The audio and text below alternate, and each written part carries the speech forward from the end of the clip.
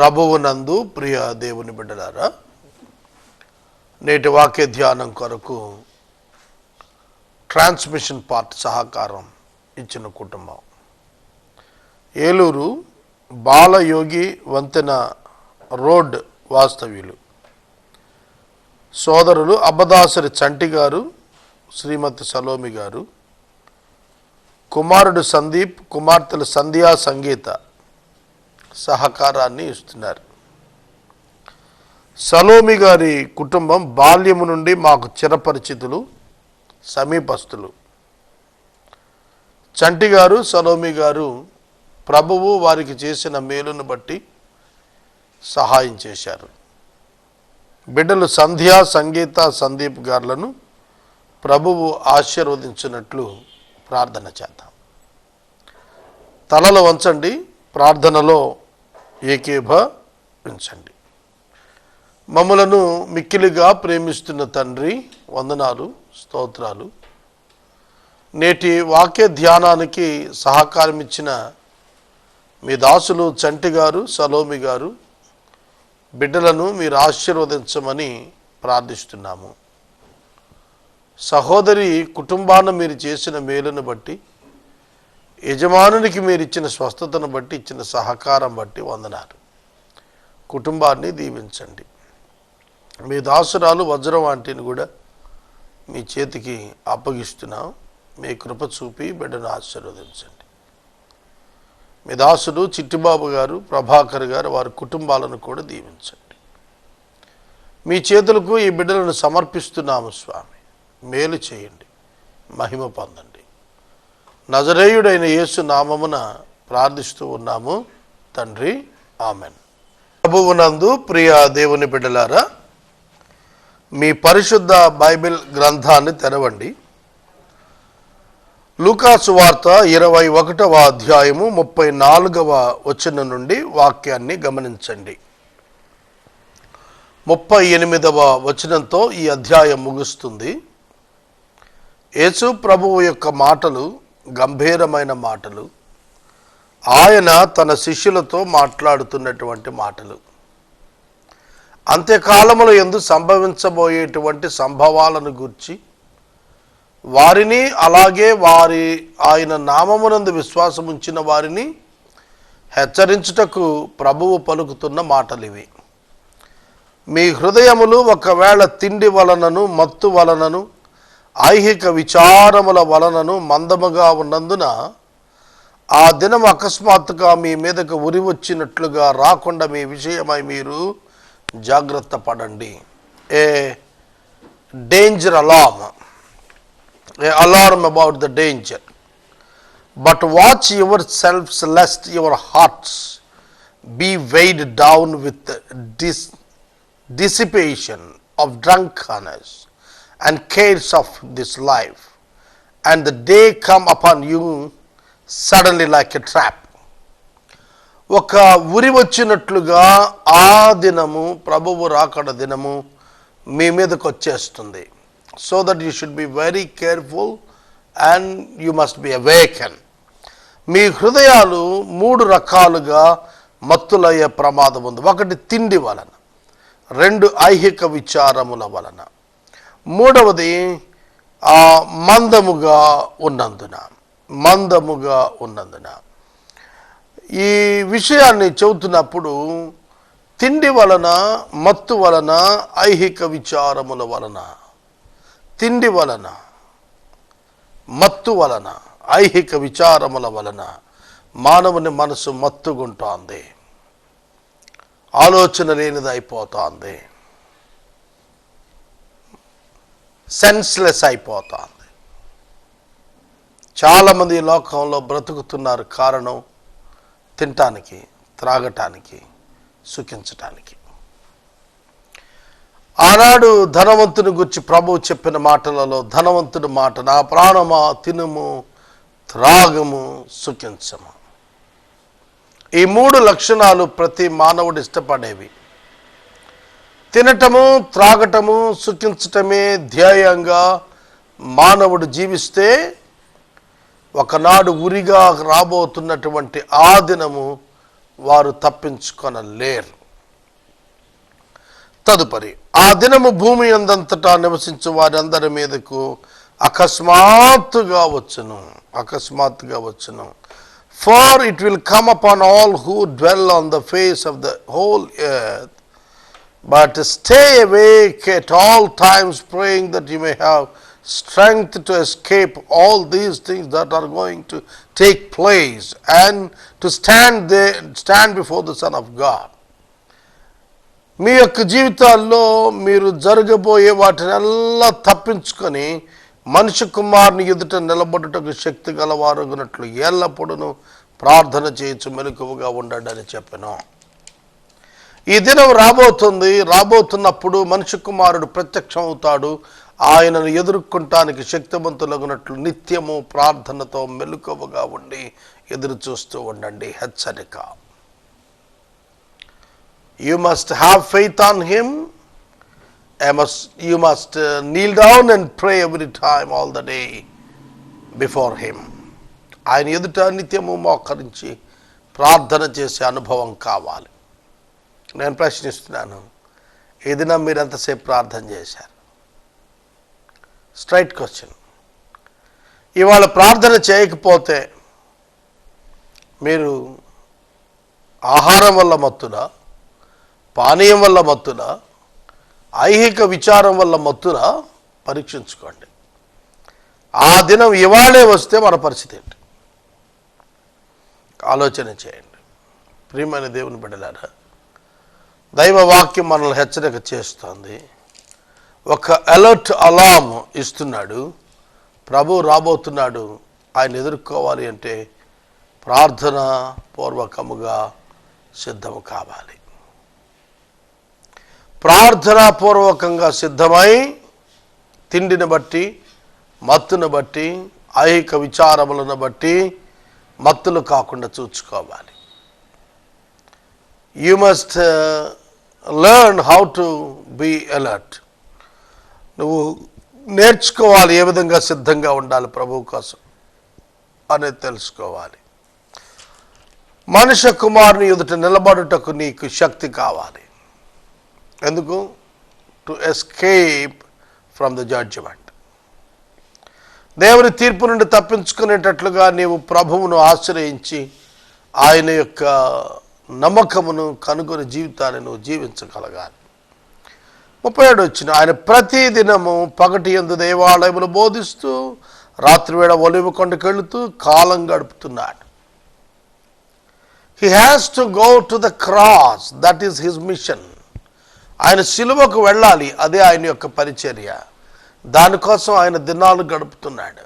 దానికోసం ఆయన తన సమయాన్ని గడుపుతూ ఉన్నాడు. దానికోసమే ఆయన తన జీవితంలో కొనసాగుతున్నాడు.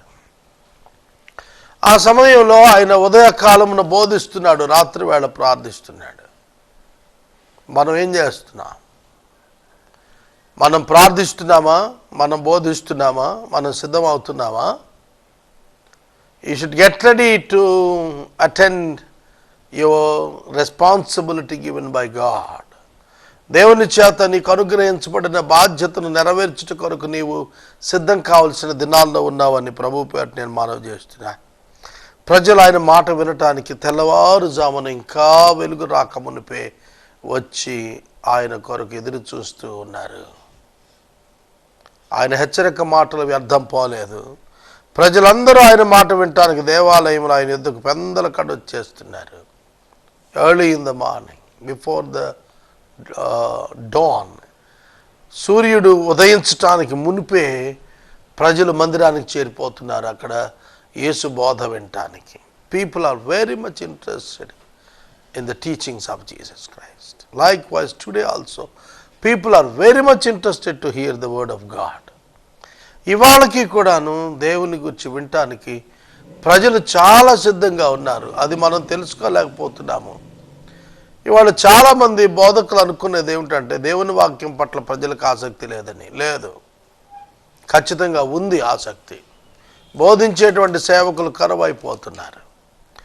సేవకుల సంఖ్య పెరిగింది, కానీ దేవుని వాక్యాన్ని సరిగా విభజించి బోధించే వారి సంఖ్య బహు కొద్ది మందిగా వేళ్ల మీద లెక్కించేట్టుగా తయారైంది. కారణము బోధకులు వారి యొక్క బోధ ద్వారా వారి యొక్క ఉద్దేశాలు నెరవేర్చుకోవాలనుకుంటున్నారు తప్ప దేవుని ఉద్దేశాన్ని నెరవేర్చడానికి తక్కువ మంది బోధకులు ప్రయాసపడుతున్నారు. ఇది గమనార్హమైనటువంటి ముఖ్యమైన సంగతి. ఆనాడు ప్రభు తెల్లవారుజాము సమయంలోని దేవాలయంలో ఆయన బోధ ప్రారంభించాడు. సహోదరుడా, సహోదరి, you must alert the church always to get ready to receive their Lord at any time, and they should spend the time with the word of God and with the prayer. ప్రార్థనతో, వాక్య ధ్యానంతో, దేవుని యొక్క సందేశంతో నిత్యము వారు సిద్ధపడుతూ ఉండాలి. 22వ అధ్యాయము ప్రారంభం నుండి మనం చూస్తున్నప్పుడు 22వ అధ్యాయంలో 71 వచనాలు అతి పెద్ద అధ్యాయం ఇది. 21వ అధ్యాయము మనం 37 వచనాలు 21వ అధ్యాయములో మనం ధ్యానం చేస్తూ వచ్చాం. 21వ తారీఖు ప్రారంభించాం. 5 రోజులు పట్టింది. లూకాసు వార్త మనం ప్రారంభించినటువంటి దినము మొదలుకొని ఈనాటి వరకు అయినటువంటి వాక్య ధ్యానాలను కనుక మనం చూచినట్లయితే ఆశ్చర్యకరమైన సంఖ్యగా అనిపిస్తుంది. 16/3/2017 54/62. ఇవాళ మనం 55/92లో ఉన్నాం. అంటే 130 more than 4 months and 10 days. 4 మాసాల పైగా లూకాసు వార్త ధ్యానిస్తున్నాం. ఇంకా 2-2.5 సంవత్సరాలు ఈజీగా బైబిల్ కంప్లీట్ అవటానికి పడుతుంది. నేను మనవి చేస్తున్నాను, బైబిల్ మీరు శ్రద్ధగా చదవండి, ధ్యానపూర్వకంగా చదవండి, అర్థం చేసుకుంటూ చదవండి, గ్రహింపుతో చదవండి, చరిత్ర నెరిగి చదవండి, ప్రవచనాల అర్థం తెలుసుకొని చదవండి, ఉద్దేశం ఎరిగి చదవండి. You will be strengthen. నువ్వు బలపరచబడతావు, నువ్వు హెచ్చరిక పొందుతావు, నువ్వు నడిపింపును పొందుతావు. That's everything was in Bible. Whatever the guidance you requires or you need, it is in the Bible. నీవు ఏ నడిపింపు అయితే పొందదలిచినావో ఆ నడిపింపు యొక్క సారం బైబిల్లో కనిపిస్తుంది. నీవే విజయాలు సాధించదలుచుకున్నావో వాటి సాధింపు విధానాల సారం బైబిల్లో మనకు కనిపిస్తుంది. Bible is the book of everything. కనుక నువ్వు దాన్ని చదవటం అర్థం చేసుకోవాలి, దాన్ని నేర్చుకోవాలి, దాన్ని గ్రహింపుకు తెచ్చుకోవాలి. 22వ అధ్యాయం చాలా దీర్ఘాధ్యాయం. మొట్టమొదటి 2 వచనాలు చూడండి. పస్కా అనబడిన పులి అని రొట్టెల పండుగ సమీపించెను.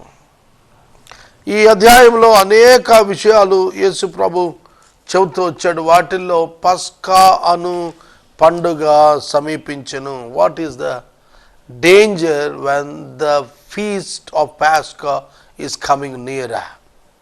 ఏమిటి అక్కడ ఉన్న ప్రమాదం ఏమిటంటే, ప్రధాన యాజకులు, శాస్త్రులు ప్రజలకు భయపడ్డారు కనుక ఆయన ఎలా చంపేద్దామా అని ఉపాయం పన్నుచున్నారు. ఏమిటిది? దేవాలయంలో యేసు ఉదయకాలాన్ని బోధిస్తున్నాడు. ఆయన బోధకు వాళ్ళు ఆశ్చర్యపడుతున్నారు. ప్రజలు ఆయన వైపు జాయిన్ అయిపోతున్నారు. కొద్ది కాలం ఇలా కంటిన్యూ అయితే దేవాలయం ఆయన కంట్రోల్లోకి వెళ్ళిపోతుందనే భయానికి వచ్చారు వాళ్ళు. ఆయన వచ్చిన ఉద్దేశం వాళ్ళు తెలుసుకోలేదు. వారి భయాన్నే నిజం అనుకున్నారు తప్ప ఆయన వచ్చిన ఉద్దేశం టెంపుల్ ఆక్యుపై చేయటం కాదు. ఆ టెంపుల్ పడిపోతుందని ఆయనే సాక్ష్యం చెప్పాడు. కనుక occupying the duties of Levites and priesthood కాదు ఆయన మిషన్. ఆయన mission salvation of the sinners. అది గ్రహించక వాళ్ళు హత్య కొరకు యత్నము ప్రారంభించారు. ఈ లోపల 12 మంది శిష్యులలో చేరిన ఒక్కడైన ఇస్కరియోతు అనబడిన యోధాలో సాతాను ప్రవేశించెను. ఈ వచనం బాగుంది. The Satan entered into Judas called Iscariot, who was of the number of the 12. 12 మంది శిష్యులను యేసు ఏర్పరచుకుంటే అందులో ఒకడు అపవాదయ్యాడు. అపవాదికి లోబడిపోయాడు. వాడు వెళ్ళి ఆయనకును వారికి ఎలాగ అప్పగించవచ్చునో దానిని గురించి ప్రధాన యాజకులతో అధిపతులతో మాట్లాడాను. పాసిబిలిటీస్ అన్నీ కూడా చర్చించాడు. యేసు శిష్యుడు యేసును అప్పగించడానికి యేసును శత్రువులుగా భావించిన ప్రధాన యాజకుని యొద్దకు వెళ్ళి చర్చలు ప్రారంభించాడు. ఎందుకు అంటే డబ్బు. జాగ్రత్త, డబ్బు చాలా ప్రమాదకరమైంది. డబ్బు కొరకు మనుషులు స్వామి ద్రోహం తలపెడతారు. డబ్బు కొరకు మనుషులు ప్రాణాలు తీస్తారు. డబ్బు కోసం మనుషులు దుర్మార్గాలు చేస్తారు. డబ్బు కోసం మనుషులు రక్త సంబంధాలను కూడా చూడరు. కనుక ఈ ప్రమాదకరమైనటువంటి డబ్బు కొరకు ఇస్కరియోతు యూదా ప్రణాళిక చేసుకుంటున్నాడు. ఎంత పెద్ద ప్రభువుని అప్పగిస్తే అంత గొప్ప బహుమానం వస్తుందనే దురాశతో అతడు అలా చేస్తున్నాడు. అందుకు వారు సంతోషించి ద్రవ్యం ఇవ్వటానికి సమ్మతించారు. వాడు అందుకు ఒప్పుకొని జనసమూహం లేనప్పుడు ఆయన వారికి అప్పగించటకు తగిన సమయం కొరకు వెతుకుతున్నాడు.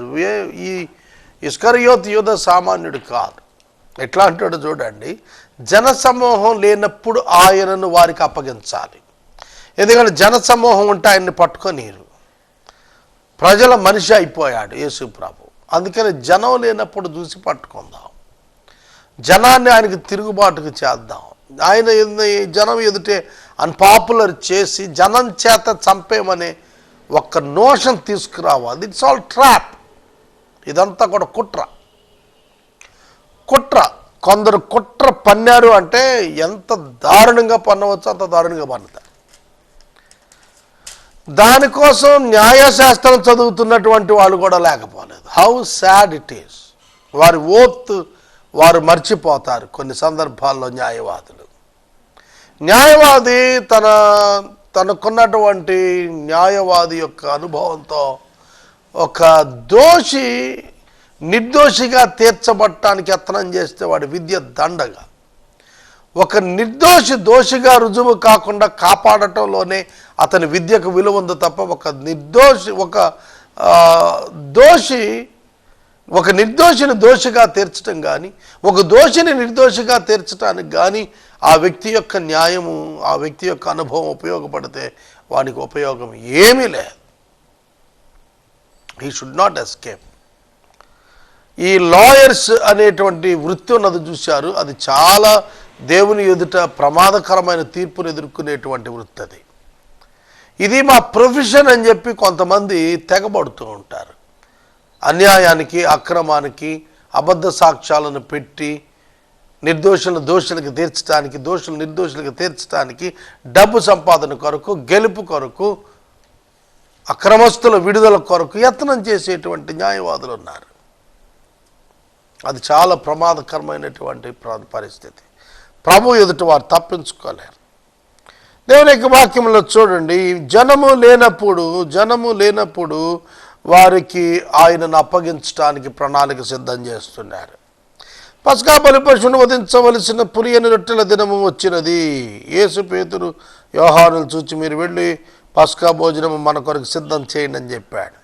మేమెక్కడ సిద్ధపరచాలను కోరుతున్నామని అడుగ్గా ఆయన, ఇదిగో మీరు పట్టణంలో ప్రవేశించినప్పుడు నీళ్ల కుండ మోసుకొని పోతున్న ఒకడు మీకు ఎదురుగా వస్తాడు. అతను ప్రవేశించి ఇంటిలోనికి అతను వెంట వెళ్ళి, నేను నా శిష్యులతో కూడా పస్కాను భుజించుటకు విడిది ఎక్కడా అని అడుగుచున్నాడని ఆ ఇంటి యజమానితో చెప్పండి. అతను సామాగ్రి గల ఒక గొప్ప మేడగది మీకు చూపిస్తాడు, అక్కడ సిద్ధం చేయండి అని చెప్పి వారికి చెప్పాడు. వారు వెళ్ళి ఆయన తమతో చెప్పినట్లు కనుగొని పస్కాను సిద్ధం చేశారు. మీరు గమనించాలి, యేసుక్రీస్తు ప్రభువునకు ఎలా తెలుస్తోంది ఇది? మీరు వెళ్ళండి, మీకు ఒకడు కుండ ఎత్తుకొని ఎదురు వస్తున్నవాడు కనిపిస్తాడు. ఎట్లా సాధ్యం ఇది? అద్భుతం. అతడు ఏ ఇంట్లోకి వెళ్తాడు, ఆ ఇంట్లోకి వెళ్ళండి, యజమాని దగ్గరికి వెళ్ళండి. పస్కా ఎక్కడని యజమానుడు అడుగుతున్నాడు, బోధకుడు అడుగుతున్నాడు, చూపించమనండి, చూపిస్తాడు. సిద్ధపరచబడిన సామాగ్రి ఉన్నది. వీళ్ళు అనుకున్నారు యేసు ముందస్తుగానే ఏర్పాటు చేసుకున్నాడు అనుకున్నారు. కానీ ఆ వాస్తవాన్ని మనం అక్కడున్న పరిస్థితిని గమనించినట్లయితే ఆయన తన సర్వాధికారము చొప్పున మాట్లాడుతున్నాడు. ఆయన తనకున్నటువంటి సర్వజ్ఞానము చొప్పున మాట్లాడుతున్నాడు. ఆయన ఏం జరుగుతోందో, ఏ వ్యక్తి ఏ విధంగా వస్తున్నాడో తెలుసుకొని మాట్లాడుతున్నాడు. బేత్పగే గ్రామమునకు వెలుపట ఉన్నటువంటి ఇంట బయట కట్టబడినటువంటి గాడిద పిల్ల కనబడుతుంది, మీరు వెళ్ళండి, దానిని విప్పుకొని తోలుకు రండి, ఎవరైనా అడిగితే ఇది ప్రభువు కావాలని చెప్పండి, తోలు పెడతారు వాళ్ళే అని చెప్పాడు. ఎలా తెలిసింది అక్కడ గాడిద పిల్ల ఉందని? ఆ ఇంట బయట కట్టివేయబడి ఉన్నదని ఆయనకి ఎట్లా తెలిసింది? దాని మీద అంతకుముందు ఎవరు ఎక్కలేదు అని ఆయనకి ఎలా తెలిసింది? సర్వ జ్ఞానము. యేసుక్రీస్తు ప్రభువారు దేవుని యొక్క కుమారుడై ఉండి నరావతారిగా, నరుని కుమారునిగా ఆయన శిలువ మీదకు మనపక్షంగా వెళుతున్నారనేది మనం అర్థం చేసుకోవాలి. కనుక దేవుని యొక్క వాక్యాన్ని మనం గమనిస్తూ ఉన్నప్పుడు ఇక్కడ సంభవించింది అదే. మీరు వెళ్ళండి, మీకు ఎదురుగా కుండ ఎత్తుకుని ఒకడు వస్తూ ఉంటాడు. How Jesus know that? ఎలా తెలుసు ఆయనకి? అదే మనం తెలుసుకోవాలి. ఆ యజమానుడికి ఏ విధంగా తెలుసు? ఏ విధంగా ఆ ఇంటి యజమానుడు సిద్ధపరచబడిన గదిని చూపిస్తాడు, సిద్ధంగా ఉంటాడు? ఇవన్నీ మనకు తెలియదు, శిష్యులకు తెలియదు.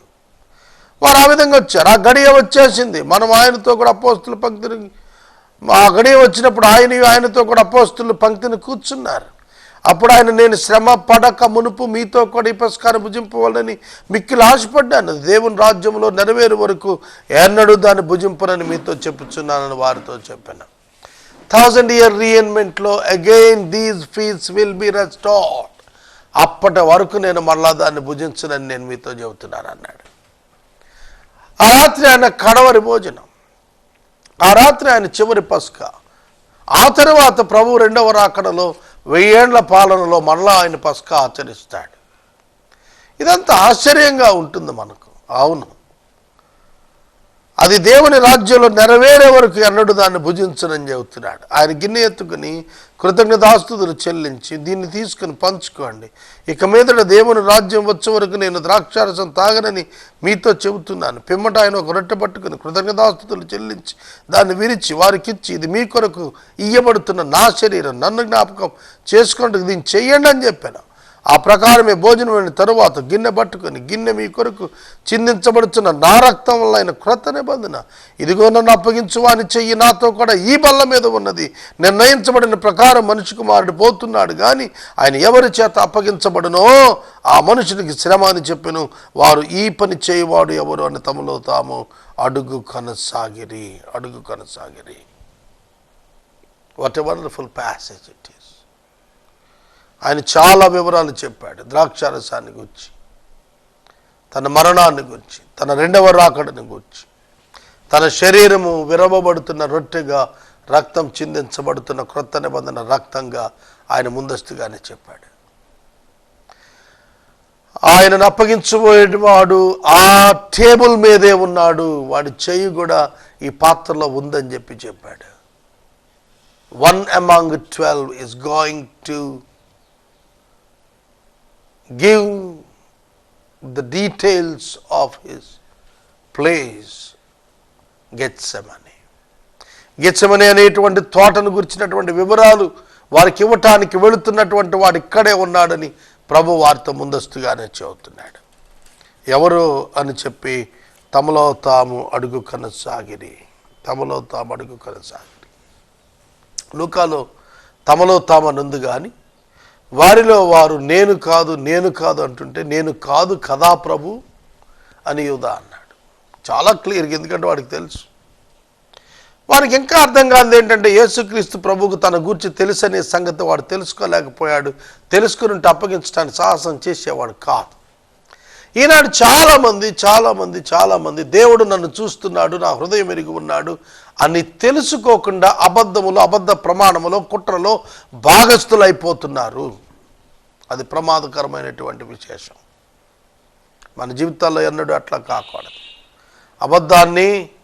అబద్ధ ప్రమాణాన్ని ఎన్నడూ మనం ఆశ్రయించరాదు. ప్రార్థన చేసుకుందాం. నేటి వాక్య ఉపదేశానికి సహకారం ఇచ్చిన కుటుంబము బాలయోగి వంతెన రోడ్డు వాస్తవ్యులు అబదాసరి చంటి గారు, సలోమి గారు, వీరి బిడ్డలు సంధ్య, సంగీత, సందీప్ గారు సహకారాన్ని ఇస్తూ ఉన్నారు. ప్రభు ఈ కుటుంబాన్ని దీవించినట్లు ప్రార్థిద్దాం. ఎపిసోడ్ సహకారులు ఈ మాసం చాలా తక్కువ మంది వచ్చారు. సంపూర్ణముగా వచ్చినప్పుడే మనం చెల్లించగలుగుతాము. ప్రేమ సాక్షి టెలివిజన్ కొరకు అత్యవసరమైన ఆర్థిక అవసరత ఉన్నది. ప్రభువు సహాయం చేసేలాగిన మీ ప్రార్థనలో జ్ఞాపకము చేసుకోనండి. ప్రార్థన. మమ్మల్ని మిక్కిలిగా ప్రేమిస్తున్న మా తండ్రి, వందనాలు, స్తోత్రాలు. నేటి వాక్య ధ్యానము ద్వారా మాతో మాట్లాడినందుకు కృతజ్ఞతలు. నీ లేఖనమును ధ్యానించేటువంటి మహాభాగ్యం మాకు ఇచ్చారు. దేవా, మేము నీకు ద్రోహులము కాకుండానట్లుగా మాకు సహాయము చేయము. దేవా, నిన్ను ఎదుర్కొంటానికి ప్రార్థనతో శక్తిమంతులముగా తయారొకటి మాకు నేర్పించమని ప్రార్థిస్తున్నాము. ప్రభు, మీ రాకడలో మేముండులాగన మాకు సహాయం చేయమని అడుగుతున్నాం. ప్రభు, ఘనత, మహిమ, ప్రభావాలు మీరు పొందండి నాయన. అబదాసరి చంటి గారు, అలాగే సలోమి గారు, వారి బిడ్డలిచ్చిన సహకారమును బట్టి మీకు కృతజ్ఞతలు. బిడ్డలను ఆశీర్వదించండి. నూతన సహకారులను లేవనెత్తండి. ప్రభు, 10,000 ఎపిసోడ్స్ పూర్తి చేయటకు మేము సంకల్పించినటువంటి ధర్మం కంప్లీట్ అవడానికి సహాయం చేయండి. యేసు నామమున ప్రార్థన చేస్తున్నాము తండ్రి, ఆమెన్. తండ్రి దేవుని ప్రేమ, కుమారుడిని యేసయ్య కృప, పరిశుద్ధాత్మని యొక్క అన్యోన్య సహవాసం సదాకాలం మనందరికీ సదా తోడై ఉండును గాక. ఆమెన్.